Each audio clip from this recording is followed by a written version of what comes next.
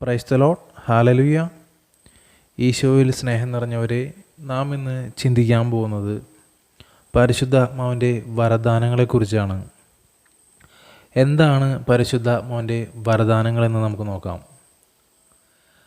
ദൈവം ജ്ഞാനസ്നാനം വഴി ഒരാൾക്ക് നൽകുന്ന സ്വർഗീയ സമ്പത്താണ് പരിശുദ്ധാത്മാവിൻ്റെ വരങ്ങൾ.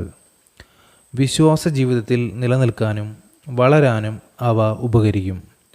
മറ്റുള്ളവരെ ദൈവത്തിലേക്ക് ആനയിക്കുന്ന സുവിശേഷ വേലയ്ക്ക് അനിവാര്യമായ മാധ്യമങ്ങളാണ് ഈ വരദാനങ്ങൾ. ഇനി നമുക്ക് വരദാനങ്ങൾ എന്തിനു വേണ്ടിയാണെന്ന് നോക്കാം. അതിനായിട്ട് വിശുദ്ധ പൗലോസ് അപ്പോസ്തലൻ റോമാക്കാർക്ക് എഴുതിയ ലേഖനം 1-ാം അധ്യായം 11-ാം തിരുവചനം നോക്കാം. നിങ്ങളെ സ്ഥൈര്യപ്പെടുത്താൻ എന്തെങ്കിലും ആത്മീയവരം നിങ്ങൾക്ക് നൽകുന്നതിന് നിങ്ങളെ കാണാൻ ഞാൻ ആഗ്രഹിക്കുന്നു. റോമാക്കാർക്ക് എഴുതിയ ലേഖനത്തിൽ വിശുദ്ധ പൗലോസ് ലീഹ പറഞ്ഞ വചനങ്ങളാണത്. അതായത് ആത്മീയ വരങ്ങൾ നൽകുന്നത് സ്ഥൈര്യപ്പെടുത്താൻ വേണ്ടിയാണ്. വചനത്തിലൂടെ മറ്റുള്ളവരെ അറിയിക്കാനും ആ വചനം മറ്റുള്ളവരിലൂടെ കത്തി ജ്വലിപ്പിക്കുവാനും വേണ്ടിയാണ് ഈ ആത്മീയ വരങ്ങൾ നൽകപ്പെടുന്നത്.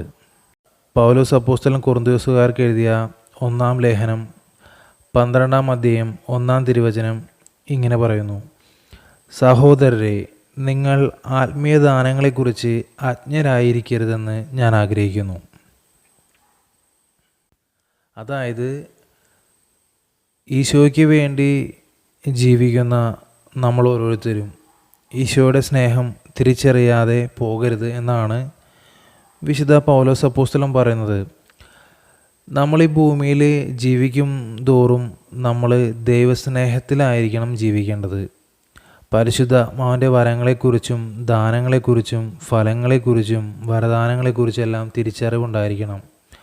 നാമമാത്ര ക്രിസ്ത്യാനിയായി ജീവിക്കാതെ വചനം മറ്റുള്ളവർക്ക് പകർന്നു കൊടുക്കുവാനും വചനത്തിലൂടെ ജ്വലിക്കുവാനും വചനത്തിൻ്റെ ശക്തി പ്രകടമാക്കുവാനായിട്ട് നമ്മൾ ശ്രമിക്കണം. അതാണ് ഈ വചനത്തിലൂടെ വിശുദ്ധ പൗലോസ് അപ്പോസ്തലൻ പറയുന്നത്. കൊറിന്തോസുകാർക്ക് എഴുതിയ 1-ാം ലേഖനത്തിൽ 12-ാം അധ്യായം 8 മുതൽ 10 വരെയുള്ള തിരുവചനങ്ങളിൽ പരിശുദ്ധാത്മാവിൻ്റെ വരങ്ങളെക്കുറിച്ച് വ്യക്തമായി പറയുന്നുണ്ട്. കൊറിന്തോസുകാർക്ക് എഴുതിയ 1-ാം ലേഖനം 12-ാം അധ്യായം 8-ാം തിരുവചനം മുതൽ: ഒരു ആത്മാവ് തന്നെ ഒരാൾക്ക് വിവേകത്തിൻ്റെ വചനവും മറ്റൊരാൾക്ക് ജ്ഞാനത്തിൻ്റെ വചനവും നൽകുന്നു. ഒരു ആത്മാവ് തന്നെ ഒരുവനെ വിശ്വാസവും വേറൊരുവനെ രോഗശാന്തിക്കുള്ള വരവും നൽകുന്നു.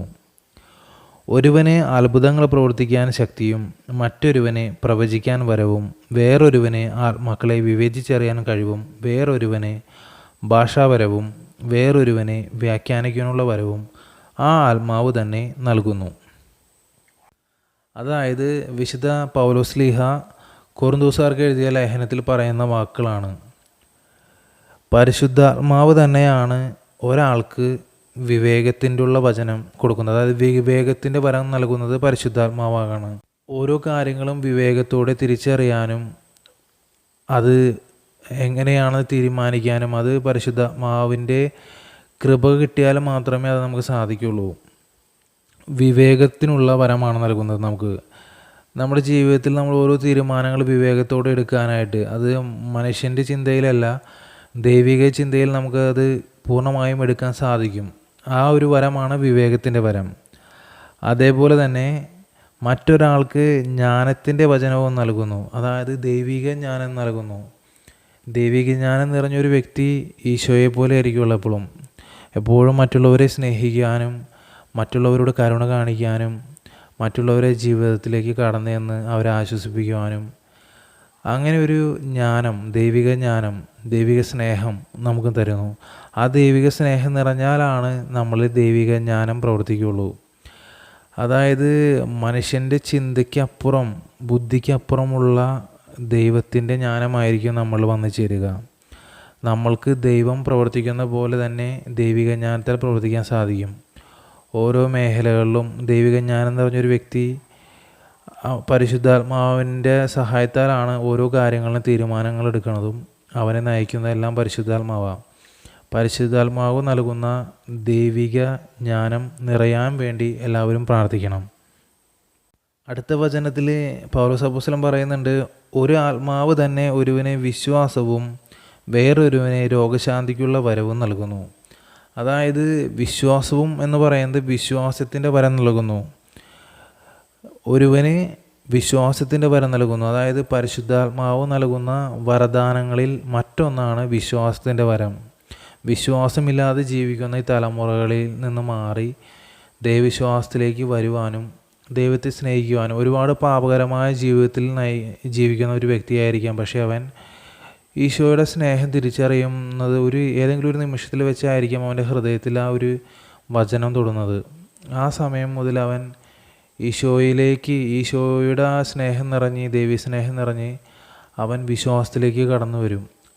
അതായത് ഈശോയെ എനിക്ക് സ്നേഹിക്കണം, ഈശോയെപ്പോലെ എനിക്ക് ആവണം, ഞാൻ ഇന്ന് വരെ ചെയ്തു പോയ എൻ്റെ എല്ലാ തെറ്റുകളും എനിക്ക് തിരിച്ചറിഞ്ഞ് അതെല്ലാം ഞാൻ വിട്ട് മാനസാന്തരപ്പെട്ട് ഞാൻ ഈശോയെപ്പോലെ ജീവിക്കണമെന്നൊരു ചിന്തയും അവൻ മനസ്സിൽ വന്ന് അങ്ങനെ ദൈവിക വിശ്വാസത്തിലേക്ക് മാറുന്നു. ആ വ്യക്തി ഒരിക്കലും വിശ്വാസം നഷ്ടപ്പെടുത്തുന്നില്ല. അത് പരിശുദ്ധാത്മാവിൻ്റെ ഒരു വരമാണ്, വിശ്വാസത്തിൻ്റെ വരം. ആ വിശ്വാസത്തിൻ്റെ വരം ലഭിച്ചു കഴിഞ്ഞാൽ നമ്മൾ ആരെല്ലാം എന്തെല്ലാം പറഞ്ഞാലും ആ വിശ്വാസം നമ്മൾ ഒരിക്കലും നഷ്ടപ്പെടുത്തില്ല. അതായത് ഈശോയെ നമ്മൾ മുറുകെ പിടിക്കും, ഈശോയ്ക്ക് വേണ്ടി മരിക്കാനായിട്ട് പോലും തയ്യാറാവും. അത്രമാത്രം ഒരു വിശ്വാസം, അതാണ് വിശ്വാസത്തിൻ്റെ വരം. പരിശുദ്ധാത്മാവ് നൽകുന്ന മറ്റൊരു വരദാനമാണ് വിശ്വാസത്തിൻ്റെ വരം. ഇനി പൗലോസ് അപ്പോസ്തലൻ പറയണത് രോഗശാന്തിക്കുള്ള വരം. അതായത് രോഗശാന്തിക്കുള്ള വരം, പരിശുദ്ധാത്മാവ് നൽകുന്ന മറ്റൊരു വരദാനമാണ് രോഗശാന്തിക്കുള്ള വരം. ആ രോഗശാന്തിക്കുള്ള വരം ലഭിക്കണമെങ്കിൽ ഈശോയോട് കൂടുതൽ പ്രാർത്ഥിക്കുകയും ഉപവസിക്കുകയും, രോഗശാന്തിക്കുള്ള വരം മറ്റുള്ളവരുടെ അസുഖങ്ങൾ സൗഖ്യപ്പെടുത്താൻ വേണ്ടി നമുക്ക് ദൈവം നൽകുന്നൊരു വരമാണ്. അതെല്ലാം പരിശുദ്ധാത്മാവിൻ്റെ അഭിഷേകത്തിൻ്റെ ഏറ്റവും സുപ്രധാനമായിട്ടുള്ള ഘട്ടങ്ങളിലേക്ക് കടക്കുമ്പോഴാണ് ഈ വരങ്ങളെല്ലാം നമുക്ക് ലഭിക്കുക. സാധാ ഒരു വിശ്വാസി ആയിട്ട് ജീവിച്ചു കഴിഞ്ഞാൽ അങ്ങനെ ഒരു വരങ്ങൾ നേടാൻ സാധിക്കില്ല. എപ്പോഴും ഉപവസിക്കുകയും ആ വരങ്ങൾക്ക് വേണ്ടി ദാഹിച്ച് പ്രാർത്ഥിക്കുകയെല്ലാം ചെയ്ത് അങ്ങനെയെല്ലാമാണ് ഈ വരം ലഭിക്കുന്നത്. നമ്മുടെ അച്ഛന്മാർക്ക്, ധ്യാനഗുരുക്കന്മാർക്ക് എല്ലാവർക്കും, ഒട്ടുമിക്കവർക്കും ഈശോ നൽകുന്നത് ഈ വരമാണ്, രോഗശാന്തിക്കുള്ള വരം. കത്തോലിക്ക സഭയിൽ നായ്ക്കുംപറമ്പിലച്ഛൻ, പനക്കിലച്ഛൻ, അതേപോലെ തന്നെ സേവ്യർഖാൻ വട്ടായിലച്ഛൻ, സാബു ആർതുട്ടിൽ ബ്രദർ, അങ്ങനെ ഒട്ടുമിക്ക ബ്രദർമാർക്കും അച്ഛന്മാർക്കും എല്ലാവർക്കും ദൈവം നൽകിയിരിക്കുന്ന ഈ ഒരു വരമാണ്, രോഗശാന്തിക്കുള്ള വരം. ഇവരെല്ലാവരും ഈ വരദാനങ്ങൾ അവരെ ആത്മീയ ശുശ്രൂഷകളിലൂടെ മറ്റുള്ളവരിലേക്ക് പകർന്നു കൊടുക്കുകയാണ് ചെയ്യുന്നത്. അതുമൂലം എന്താ സംഭവിക്കുന്നതെന്ന് വെച്ചാൽ വിശ്വാസം, യേശു ക്രിസ്തുവിലുള്ള വിശ്വാസം വർദ്ധിക്കുകയും രോഗശാന്തികളെല്ലാം നേരിട്ട് കണ്ടു കഴിയുമ്പോൾ ആ വിശ്വാസം വർദ്ധിക്കുകയും കുടുംബത്തോടൊപ്പം ആഴത്തിലേക്ക്, ദൈവിക വിശ്വാസത്തിലേക്ക്, ഈശോയിലേക്കും പരിശുദ്ധ മാതാവിലേക്കുള്ള ആ വിശ്വാസം ആഴത്തിലേക്ക് കടന്നു വരികയുമാണ് ചെയ്യുന്നത്. അങ്ങനെ ഉള്ളൊരു വരമാണ് രോഗശാന്തിക്കുള്ള വരം. നമുക്കും രോഗശാന്തിക്കുള്ള വരം ഈശോ നൽകും. അതിനുവേണ്ടി നമ്മൾ ദാഹിച്ച് പ്രാർത്ഥിക്കണം. അതേപോലെ തന്നെ ഉപവാസം എടുത്ത് പ്രാർത്ഥിക്കുക. അതേപോലെ തന്നെ കൂടുതൽ ആഴത്തിൽ ഈശോനെ അറിയുകയും വ്യക്തിപരമായ പ്രാർത്ഥനകൾ നടത്തുകയൊക്കെ ചെയ്ത് കഴിയുമ്പോൾ നമുക്ക് ആ വരം ലഭിക്കും. അതിനെക്കുറിച്ച് ഞാൻ കൂടുതൽ പറയാം. ഇനി പൗലോസ് അപ്പോസ്തലൻ പറയണത് ഒരുവനെ അത്ഭുതങ്ങൾ പ്രവർത്തിക്കാൻ ശക്തിയൊന്ന്, അതായത് അത്ഭുതങ്ങൾ പ്രവർത്തിക്കാനായിട്ട് മറ്റുള്ളവരുടെ മുന്നിൽ നമുക്ക് അത്ഭുതങ്ങൾ, ഈ യേശുനാമത്തിൽ അത്ഭുതങ്ങൾ പ്രവർത്തിക്കാനായിട്ട് സാധിക്കും. കൂടുതലും അപ്പോസ്തലന്മാർക്ക് എല്ലാവർക്കും അത്ഭുതങ്ങൾ പ്രവർത്തിക്കാനുള്ള കഴിവ് ഈശോ കൊടുത്തിരുന്നു. അതെല്ലാം പരിശുദ്ധാത്മാവിൻ്റെ വരങ്ങളാണ്. മറ്റൊരുവനെ പ്രവചിക്കാൻ വരവും എന്ന് പറയുമ്പോൾ ഇനി വരാൻ പോകുന്ന നമ്മുടെ കാലത്തുള്ള കാര്യങ്ങൾ നമുക്ക് പ്രവചിക്കാൻ സാധിക്കും. പല ആളുകളുടെയും ജീവിതത്തിൽ സംഭവിക്കാൻ പോകുന്ന കാര്യങ്ങളെല്ലാം പരിശുദ്ധാത്മാവ് വെളിപ്പെടുത്തി കൊടുക്കുന്ന വരമാണ് പ്രവചിക്കാൻ ഉള്ള വരം. പ്രവചിക്കാനുള്ള വരം ലഭിച്ചു കഴിഞ്ഞ് കഴിഞ്ഞാൽ നമുക്ക് പ്രവചിക്കാൻ സാധിക്കും. ഇനി നടക്കാൻ പോണ കാര്യങ്ങൾ പ്രവചിക്കാൻ സാധിക്കും. ഓരോരുത്തരുടെ ജീവിതത്തിൽ നടക്കുന്ന കാര്യങ്ങൾ പ്രവചിക്കാൻ സാധിക്കും. പിന്നെ അതേപോലെ തന്നെ ഏത് തരത്തിലുള്ള വ്യക്തിയാണ് ഈ വന്നിരിക്കുന്നതെന്നും എല്ലാം നമുക്ക് തിരിച്ചറിയാൻ സാധിക്കും.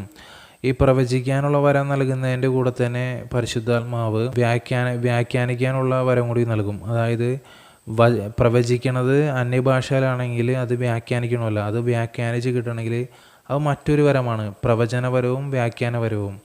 ഇനി വരാൻ പോണ കാര്യങ്ങൾ, ഒരു വ്യക്തിയുടെ ജീവിതത്തിൽ സംഭവിക്കാൻ പോണ കാര്യങ്ങൾ, അവൻ്റെ ജീവിതത്തിൽ സംഭവിച്ച കാര്യങ്ങൾ, ഇതെല്ലാം പ്രവചനത്തിലൂടെ പരിശുദ്ധാത്മാവ് വെളിപ്പെടുത്തി തരും. ആ പ്രവചനത്തിലൂടെ വെളിപ്പെടുത്തുന്നത് ചിലപ്പോൾ അന്യഭാഷയിലൂടെ ആയിരിക്കാം ഒരു വ്യക്തിക്ക് പ്രവചനം നടക്കുന്നത്. അതിനെ വ്യാഖ്യാനിക്കണമെങ്കിൽ അതൊരു വരമാണ്. ആ ലഭിച്ച കൃപനെ വ്യാഖ്യാനിച്ച് കിട്ടണമെങ്കിൽ വ്യാഖ്യാനത്തിനുള്ള വരം, വ്യാഖ്യാനത്തിനുള്ള കൃപയും പരിശുദ്ധാത്മാവ് തരും. ഇനി അടുത്ത വചനത്തിൽ പറയണത് വേറൊരുവനെ ആത്മാക്കളെ വിവേചിച്ചറിയാനുള്ള കഴിവും നൽകുമെന്നാണ് വിശുദ്ധ പൗലോസ് അപ്പോസ്തലൻ പറയുന്നത്. അതായത് ആത്മാക്കളെ വിവേചിച്ചറിയുക എന്ന് പറയുമ്പോൾ നമ്മൾ ഇപ്പം നമ്മുടെ അടുത്ത് വരുന്ന ഒരു വ്യക്തിയുടെ ഉള്ളിൽ പ്രവർത്തിക്കുന്ന ആത്മാവ് ഏതാണെന്ന് തിരിച്ചറിയാൻ സാധിക്കും. നമ്മുടെ സഭയിലെ ഒത്തിരി സുവിശേഷ പ്രഘോഷകരുണ്ട്. അവർക്കെല്ലാവരും അടുത്ത് നമ്മൾ ചെന്ന് കഴിയുമ്പോൾ, അല്ലെങ്കിൽ അവർക്കൊക്കെ ഓരോ വ്യക്തിയുടെയും ഘടന പൂർണ്ണമായിട്ട് അവൻ്റെ ഉള്ളിൽ പ്രവർത്തിക്കുന്ന ആത്മാവ് ഏതൊരു ആത്മാവാണ് എന്ന് പൂർണ്ണമായിട്ട് വെളിപ്പെടുത്തി കൊടുക്കുന്നതാണ് ഈ ആത്മാക്കളെ വിവേചിച്ചറിയാനുള്ള കഴിവ്. നമ്മുടെ ബൈബിളിൽ പറയുന്ന ബെൽസെബൂല്, ജസബെല്, പിന്നെ അങ്ങനെയുള്ള ദുഷ്ടാരൂപികൾക്ക് ഓരോരോ ആത്മാക്കളുടെ പ്രവർത്തനങ്ങളാണ് ഓരോരുത്തരുടെയും ശരീരത്തിൽ. ഇപ്പം മദ്യപാനത്തിന് അടിമപ്പെട്ട് ജീവിക്കുന്ന ആൾക്കാർ, പിന്നെ ദുഷ്ടാരൂപിയെ കൊണ്ട് ജീവിതം മുന്നോട്ട് നയിക്കുന്ന ആൾക്കാർ, ഈ ആഭിചാര മന്ത്രവാദം, കൂടോത്രം പോലുള്ള ദുഷ്ടാരൂപിയുടെ പ്രവർത്തനങ്ങൾ കൊണ്ട്, അത് ഇതെല്ലാം സ്ഥിരം ചെയ്യുന്ന ആൾക്കാരുടെ ഉള്ളിൽ ഒരു ആത്മാവ് പ്രവർത്തിക്കും. പിന്നെ എപ്പോഴും നുണ പറയുന്ന ആൾക്കാർ, പിന്നെ അങ്ങനെ പല മേഖലകളിൽ പല ആത്മാക്കളാണ് പ്രവർത്തിക്കുന്നത്. അവരെ ഓരോ വ്യക്തിയുടെയും ശരീരത്തിൽ വസിക്കുന്ന ആ അരൂപി ഏതാണെന്ന് അത് വ്യക്തമായിട്ട് വെളിപ്പെടുത്തി കിട്ടും. അതാണ് ഈ ആത്മാക്കളെ വിവേചിച്ചറിയാനുള്ള കഴിവ്. അത് നമ്മുടെ അടുത്ത് വന്നിരിക്കുന്ന വ്യക്തിയുടെ ഉള്ളിൽ വസിക്കുന്ന ആത്മാവ് ഏത് തരമാണെന്ന് നമുക്ക് വ്യക്തമായിട്ട് അറിയാൻ പറ്റും. അയാളുടെ ഉള്ളിൽ വസിക്കണത്, അയാളുടെ മുഖത്തും കണ്ണിലും എല്ലാം നോക്കുമ്പോൾ അത് നമുക്ക് വ്യക്തമായിട്ട് പരിശുദ്ധാത്മാവ് വെളിപ്പെടുത്തി തരും. അതിലൂടെ നമുക്ക് ഒരു മുൻകരുതൽ, നമ്മുടെ അടുത്ത് വന്നേക്കുന്ന ആളത് ബന്ധന പ്രാർത്ഥനയൊക്കെ ചൊല്ലുന്ന സമയത്ത് ആ ആത്മാവിനെ നമുക്ക് തിരിച്ചറിയാനായിട്ട് സാധിക്കും. ഇനി അടുത്ത് പൗലോസ് അപ്പോസ്തലൻ പറയുന്നത് ഭാഷാവരത്തെക്കുറിച്ചാണ്. വേറൊരുവന് വരവും വേറൊരുവന് വ്യാഖ്യാനപരവും ആത്മാവ് നൽകുന്നു. അതായത് ഭാഷാപരം എന്ന് പറയുമ്പോൾ സ്വർഗത്തിൻ്റെ ഭാഷ നമുക്ക് പരിശുദ്ധാത്മാവ് നമുക്ക് വേണ്ടി പ്രാർത്ഥിക്കും. അതായത് നമ്മൾ ഈശോയെ ഒരു ആരാധനയിൽ നമ്മൾ ഈശോയെ പ്രാർത്ഥനയിൽ ഈശോയെ സ്തുതിക്കുകയാണ്. ആ സ്തുതിക്കുന്ന സമയത്ത് നമ്മൾ നമ്മുടെ നമ്മളുടേതായിട്ടുള്ള പ്രാർത്ഥനകളിലൂടെ സ്തുതിപ്പാണ് നമ്മൾ ചെയ്യുന്നത്. ഹല്ലേലൂയ, യേശുവേ ആരാധന, യേശുവേ മഹത്വം. അങ്ങനെ നമ്മൾ സ്വയം ഈശോയെ നമ്മൾ സ്തുതിക്കുകയും ആരാധിക്കുകയും ചെയ്യുന്ന സാഹചര്യങ്ങളിൽ പരിശുദ്ധാത്മാവ് നമ്മളിൽ വന്ന് നിറയുകയും പരിശുദ്ധാത്മാവ് നമുക്ക് വേണ്ടി പ്രാർത്ഥിക്കുകയും ചെയ്യും. അതാണ് പരിശുദ്ധാത്മാവിൻ്റെ ഭാഷാപരം എന്ന് പറയുന്നത്. ഈ ഭാഷാപരം സ്വർഗത്തിൻ്റെ ഇതായിട്ടുള്ള ഭാഷയാണ്. സ്വർഗത്തിൽ വിശുദ്ധന്മാരും സ്വർഗീയ മാലാഖമാരും സ്വർഗീയ ഗണങ്ങളും എല്ലാവരും ഒന്നിച്ച് ദൈവത്തെ സ്തുതിക്കുന്നതാണ് ഭാഷാപരത്തിൽ. ഈ സ്വർഗത്തിൻ്റേതായിട്ടുള്ള ഭാഷ നമുക്ക് നൽകും.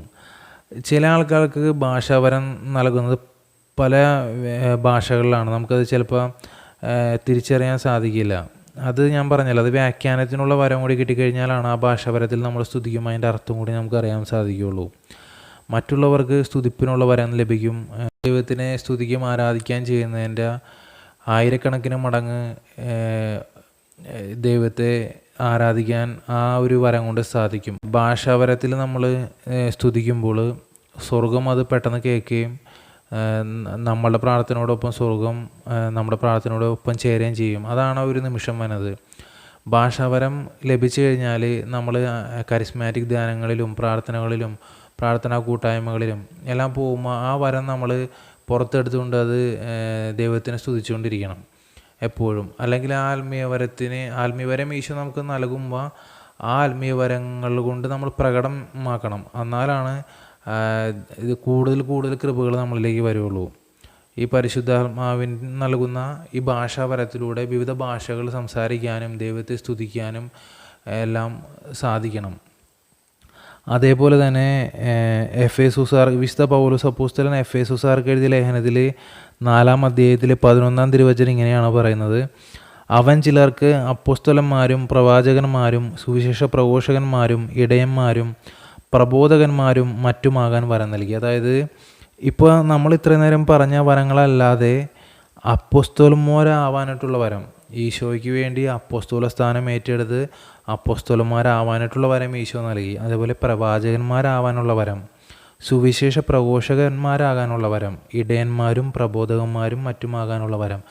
ഇതെല്ലാം ഓരോ വരങ്ങളാണ്. ഇന്ന് കാണുന്ന ഓരോ പ്രവചിക്കുന്ന പ്രവാചകന്മാരെല്ലാവരും ഈ വരങ്ങൾ, ഈശോയിലുള്ള ഈ വരങ്ങൾ നേടിയവരാണ്. വിശുദ്ധ പൗലോസ് അപ്പോസ്തലൻ റോമക്കാർക്ക് എഴുതിയ ലേഖനം 12-ാം അധ്യായത്തിൽ 7-ാം തിരുവചനത്തിൽ ഇങ്ങനെ പറയുന്നു: ശുശ്രൂഷാപരം ശുശ്രൂഷ നിർവഹണത്തിനും അധ്യാപനപരം അധ്യാപനത്തിലും ഉപദേശപരം ഉപദേശത്തിലും നമുക്ക് ഉപയോഗിക്കാം. അതായത് ശുശ്രൂഷാപരം, മറ്റുള്ളവരെ ശുശ്രൂഷിക്കുക, അവരുടെ ജീവിതത്തിലേക്ക് കടന്നു ചെന്ന് ഓരോ മേഖലകളിൽ രോഗികളായിരിക്കുന്നവർക്ക് ശുശ്രൂഷകൾ നൽകുക. അങ്ങനെ പല മേഖലകളിൽ ശുശ്രൂഷ ചെയ്യുന്നവരുണ്ട്. വൈദികർ, സന്യസ്തർ, അങ്ങനെ ഓരോ ശുശ്രൂഷ ചെയ്യുന്നവർക്ക് ആ മേഖലകളിൽ ആ വരം ഉപയോഗിക്കാം. അതേപോലെ തന്നെ അധ്യാപനപരം, മറ്റുള്ളവർക്ക് അറിവ് പകർന്നു കൊടുക്കുവാനും ആ അറിവിലൂടെ കൂടുതൽ ജ്ഞാനം നേടുവാനായിട്ടൊക്കെ സാധിക്കും. അപ്പോൾ അതെല്ലാം ഒരു വരമാണ് പരിശുദ്ധാത്മാവിൻ്റെ.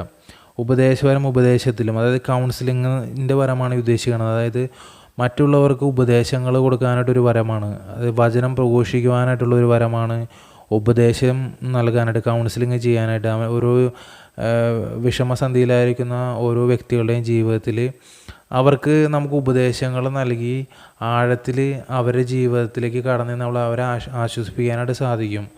അത് ദൈവിക വചനങ്ങളാലാണ് നമ്മൾ അവരെ ആശ്വസിപ്പിക്കുന്നത്. പരിശുദ്ധാത്മാവിൻ്റെ പ്രവർത്തനമാണ് അന്നേരം നടക്കുന്നത്. ഒരു വ്യക്തിയും തമ്മിൽ സംസാരിച്ച് ആശ്വാസം പകരണ പോലെയല്ല, പരിശുദ്ധാത്മാവ് നൽകുന്ന വചനങ്ങളിലൂടെ ഓരോ ദൈവസ്നേഹം നിറഞ്ഞു നിൽക്കുന്ന വ്യക്തി ഓരോ വ്യക്തികളുടെയും ജീവിതത്തിൽ അവർക്ക് നല്ല നല്ല വചനങ്ങൾ പറഞ്ഞു കൊടുത്ത് അവരെ മനസ്സിലേക്ക് ദൈവസ്നേഹം നിറച്ചു കൊടുക്കണം. അതാണ് യഥാർത്ഥമായിട്ടുള്ള ഈ ഉപദേശപരം എന്ന് പറയുന്നത്. ഉപദേശപരവും ഉപദേശത്തിനും നമുക്ക് ഉപയോഗിക്കാമെന്നാണ് വിശുദ്ധ പൗലോസ് അപ്പോസ്തലൻ റോമാക്കാർക്ക് എഴുതിയ ലേഖനം 12-ാം അധ്യായത്തിൽ 7-ാം തിരുവചനം പറയുന്നത്. പിന്നെ അതേപോലെ തന്നെ അപ്പോസ്തല പ്രവർത്തനങ്ങളിൽ 2-ാം അധ്യായം 4-ാം തിരുവചനം ഇങ്ങനെ എഴുതിയിരിക്കുന്നു: അവരെല്ലാവരും പരിശുദ്ധാത്മാവാൽ നിറഞ്ഞു, ആത്മാവ് കൊടുത്ത ഭാഷണപരമനുസരിച്ച് അവർ വിവിധ ഭാഷകൾ സംസാരിക്കാൻ തുടങ്ങി. അതായത് ഈ പരിശുദ്ധാത്മാവിൻ്റെ അഭിഷേകം നടക്കുന്ന സമയത്ത് വിവിധ ഭാഷകളിൽ സംസാരിക്കാൻ തുടങ്ങി. അതായത് അവിടെ വന്നിരുന്ന വിജാതീയരും എല്ലാവരും പല സ്ഥലങ്ങളിൽ നിന്നുള്ള ആൾക്കാരായിരുന്നു. ഗലീലയിൽ നിന്നും ഉള്ളവരുണ്ടായിരുന്നു, പല സ്ഥലങ്ങളിൽ നിന്നുണ്ടായിരുന്നു. അവരെല്ലാവരും അവരുടേതായിട്ടുള്ള പല ഭാഷകൾ, അവർ സ്വന്തം ഭാഷയല്ലാതെ പല ഭാഷകളിൽ സംസാരിക്കാൻ തുടങ്ങി. ഇത് പരിശുദ്ധാത്മാവ് നൽകുന്ന വേറൊരു ദാനമാണ്. ഞാൻ കുറച്ച് നേരത്തെ മുന്നേ പറഞ്ഞല്ലോ, ഭാഷാവരം. വിവിധ ഭാഷകൾ നമുക്ക് ഈ നമ്മുടെ ഹൃദയത്തിലേക്ക് പരിശുദ്ധാത്മാവ് നിറയ്ക്കുന്നൊരു വരമാണ് ഭാഷാവരം.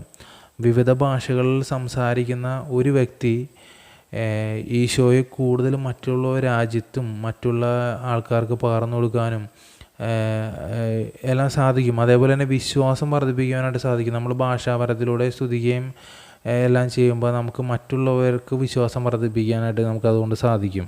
ഇനി മറ്റു ചില വചനങ്ങൾ കൂടി നമുക്ക് നോക്കാം. വിശുദ്ധ പൗലോസ് അപ്പോസ്തലൻ കൊറിന്തോസുകാർക്ക് എഴുതിയ 1-ാം ലേഖനം 12-ാം അധ്യായത്തിൽ 12 മുതൽ 13 വരെയുള്ള തിരുവചനങ്ങളും അതേപോലെ 27 മുതൽ 28 വരെയുള്ള തിരുവചനങ്ങളും നമുക്ക് നോക്കാം. അതിൽ പറയുന്നത്, ശരീരം ഒന്നാണെങ്കിലും അതിൽ പല അവയവങ്ങളുണ്ട്, അവയവങ്ങൾ പലതെങ്കിലും അവയെല്ലാം ചേർന്ന് ഏക ശരീരമായിരിക്കുന്നു. അതുപോലെ തന്നെയാണ് ക്രിസ്തുവും. നമ്മളെല്ലാവരും ഒരേ ആത്മാവിൽ ഏക ശരീരമാകാൻ ജ്ഞാനസ്നാനമേറ്റു. ഇപ്പോൾ നിങ്ങൾ ക്രിസ്തുവിൻ്റെ ശരീരവും ഓരോരുത്തരും അതിലെ അവയവങ്ങളുമാണ്. ദൈവം സഭയിൽ 1-ാമത് അപ്പോസ്തലന്മാരെയും 2-ാമത് പ്രവാചകന്മാരെയും 3-ാമത് പ്രബോധകരെയും തുടർന്ന് അത്ഭുത പ്രവർത്തകർ, രോഗശാന്തി നൽകുന്നവർ, സഹായകർ, ഭരണകർത്താക്കൾ, വിവിധ ഭാഷകളിൽ സംസാരിക്കുന്നവർ എന്നിവരെയും നിയമിച്ചിരിക്കുന്നു. അതായത് ദൈവം സഭയിൽ അപ്പോസ്തലന്മാരെയും പ്രവാചകന്മാരെയും പ്രബോധകരെയും അത്ഭുതം പ്രവർത്തിക്കുന്നവരെയും രോഗശാന്തി നൽകുന്നവരെയും സഹായകരെയും ഭരണകർത്താക്കൾ വിവിധ ഭാഷകൾ സംസാരിക്കും എല്ലാവരും നിയമിച്ചിരിക്കുന്നു. അതായത് ദൈവം എല്ലാവരെയും വിവിധ പരിശുദ്ധാത്മാവിൻ്റെ വിവിധ വരങ്ങൾ നൽകി അനുഗ്രഹിച്ചിരിക്കുന്നതിൻ്റെ മെയിൻ ഉദ്ദേശം എന്താണെന്ന് വെച്ചാൽ ഈശോയുടെ നാമം ലോകമെമ്പാടും വെളിപ്പെടുത്തുവാനും അവിടുത്തെ വചനം ഓരോ വ്യക്തികളിലേക്കും പകർന്നു കൊടുത്ത് ഈശോയാണ് യഥാർത്ഥ ദൈവമെന്നും പരിശുദ്ധാത്മാവിൻ്റെ പ്രവർത്തനങ്ങളാണ് ഇന്ന് ഭൂമിയിൽ നടക്കുന്നതെന്നും മറ്റുള്ളവർക്ക് വെളിപ്പെടുത്തി കൊടുക്കാൻ വേണ്ടിയാണ് ഈ വരദാനങ്ങൾ കൊണ്ട് ഈശോ അഭിഷേകം ചെയ്തിരിക്കുന്നത്. ഇന്ന് നമ്മൾ ഈ ഭൂമിയിൽ ജീവിക്കുമ്പോൾ നമ്മൾ കൂടുതൽ ഈശോയെ കൂടുതൽ അറിയുവാനും ഈശോ നമുക്ക് ദാനമായി നൽകിയ ഈ പരിശുദ്ധാത്മാവിനെ ജ്ഞാനസ്നാനത്തിലൂടെ നമുക്ക് നൽകിയ ഈ പരിശുദ്ധാത്മാവിനെ മറ്റുള്ളവരിലേക്ക് പകർന്നു കൊടുക്കുവാനും അത് പകർന്നു കൊടുത്ത് ഈ ലോകം മുഴുവനും ദൈവവചനം പ്രഘോഷിക്കുവാനും നമുക്ക് കഴിയണം. അതിനുവേണ്ടി നമ്മൾ ഉത്സുകരാകണം. അതിനുവേണ്ടിയാണ് കർത്താവ് നമ്മൾക്ക് ഈ വരദാന ഫലങ്ങൾ നൽകി അനുഗ്രഹിച്ചിരിക്കുന്നത്. ഇനി ഈ വിശുദ്ധ പൗലോസ് അപ്പോസ്തലൻ കൊറിന്തോസുകാർക്ക് എഴുതിയ 1-ാം ലേഖനത്തിൽ 2-ാം അധ്യായം 14-ാം തിരുവചനത്തിൽ ഇങ്ങനെ പറയുന്നു: ലൗകിക മനുഷ്യനെ ദൈവാത്മാവിൻ്റെ ദാനങ്ങൾ ഭോഷത്വമാകയാൽ അത് അവൻ സ്വീകരിക്കുന്നില്ല. അതായത് ലോകത്തിൻ്റെ സുഖങ്ങളിൽ ജീവിക്കുന്ന മനുഷ്യൻ, അതായത് ഇന്ന് ഈ ഭൂമിയിൽ ഈശോയാണ് ദൈവമെന്നും പരിശുദ്ധാത്മാവാണ് നമ്മൾ നിറഞ്ഞിരിക്കുന്നതെന്നും തിരിച്ചറിയാതെ സ്വന്തം കാര്യം നോക്കി ജീവിക്കുന്ന ആൾക്കാർ, അതായത് പണത്തിൻ്റെ പുറകെ ഓടുന്ന ആൾക്കാർ, മദ്യത്തിന് പുറകെ ഓടുന്ന ആൾക്കാർ, ജീവിതത്തിൽ സന്തോഷവും സുഖവും മാത്രവും മതി എന്നുള്ളൊരു ചിന്താഗതിയിൽ ജീവിക്കുന്ന ഒരുപാട് വ്യക്തികളുണ്ട് ഇന്ന് ലോകത്ത്. അവർക്കെല്ലാവർക്കും ഈ പരിശുദ്ധാത്മാവിൻ്റെ വരങ്ങളും ദാനങ്ങളും ഭോഷത്വമാണ് എന്നാണ് കർത്താവ് പറയുന്നത്. ഇതെല്ലാം അവർ കേട്ട് കഴിഞ്ഞാലും അവർക്കത് ഉൾക്കൊള്ളാൻ സാധിക്കില്ല.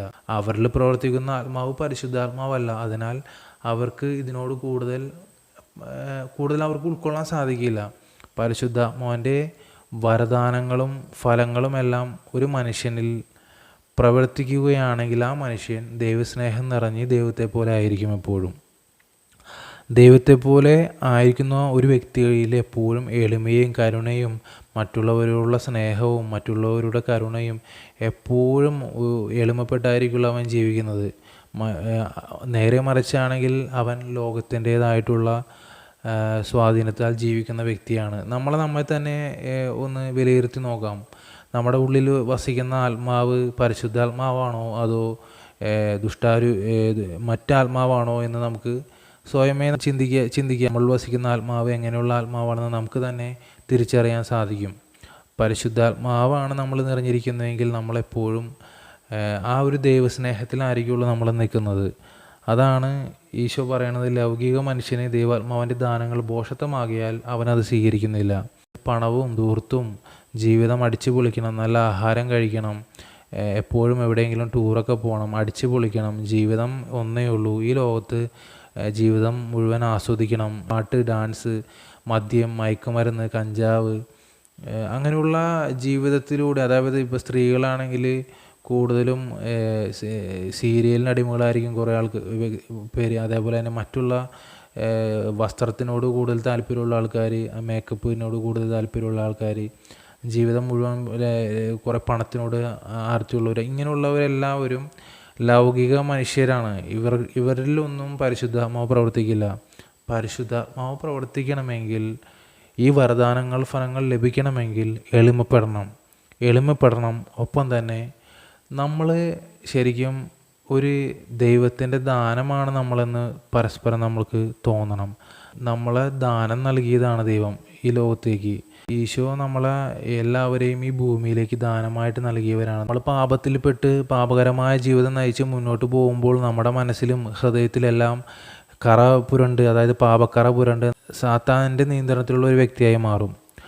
നേരെ മറിച്ച് ഈശോയിലുള്ള സ്നേഹം നിറച്ച് ദൈവിക വചനങ്ങളിലൂടെ നമ്മൾ ജീവിക്കുകയാണെങ്കിൽ എപ്പോഴും നമ്മുടെ പാപകരമായ ജീവിതത്തിൽ നിന്ന് മാറി നേരെ നല്ല ജീവിതം നയിക്കുകയാണെങ്കിൽ നമ്മൾ ഈശോയുടെ നല്ല മക്കളായി മാറും. എപ്പോഴും ഈശോയോട് കൂടെ ജീവിക്കുക, ഈശോ നൽകുന്ന വചനങ്ങൾ അനുസരിക്കുക, പ്രമാണങ്ങൾ, ദൈവകൽപ്പനകളെല്ലാം അനുസരിച്ച് ജീവിക്കുന്നവരായി മാറുക. അങ്ങനെയുള്ളവരാണെങ്കിൽ നമ്മൾ ലൗകികരാവില്ല, ഒരിക്കലും ദൈവികരായി മാറും, ആത്മീയ മനുഷ്യരായി മാറും. അങ്ങനെയുള്ള ആളുകളിൽ ഈ പരിശുദ്ധ മോൻ്റെ വരദാനങ്ങൾ ഫലങ്ങൾ ലഭിക്കും. ഈ വരദാന ഫലങ്ങൾ ലഭിച്ചാൽ അതിലൂടെ നമുക്ക് ദൈവരാജ്യത്തിലേക്ക് പോകുവാനും ഈശോയുടെ കൂടെ ആയിരിക്കുവാനും സാധിക്കും. അതല്ല, ലൗകിക മനുഷ്യരായി തന്നെ ഭൂമിയിൽ ജീവിതം ജീവിച്ചു തീർക്കാനാണ് നമ്മൾ ആഗ്രഹിക്കുന്നതെങ്കിൽ നമുക്ക് ദൈവരാജ്യം നഷ്ടപ്പെടുകയും സാത്താൻ്റെ കീഴിൽ അടിമപ്പെട്ട് ജീവിക്കുകയും ചെയ്യേണ്ട അവസ്ഥയിലേക്ക് വരും.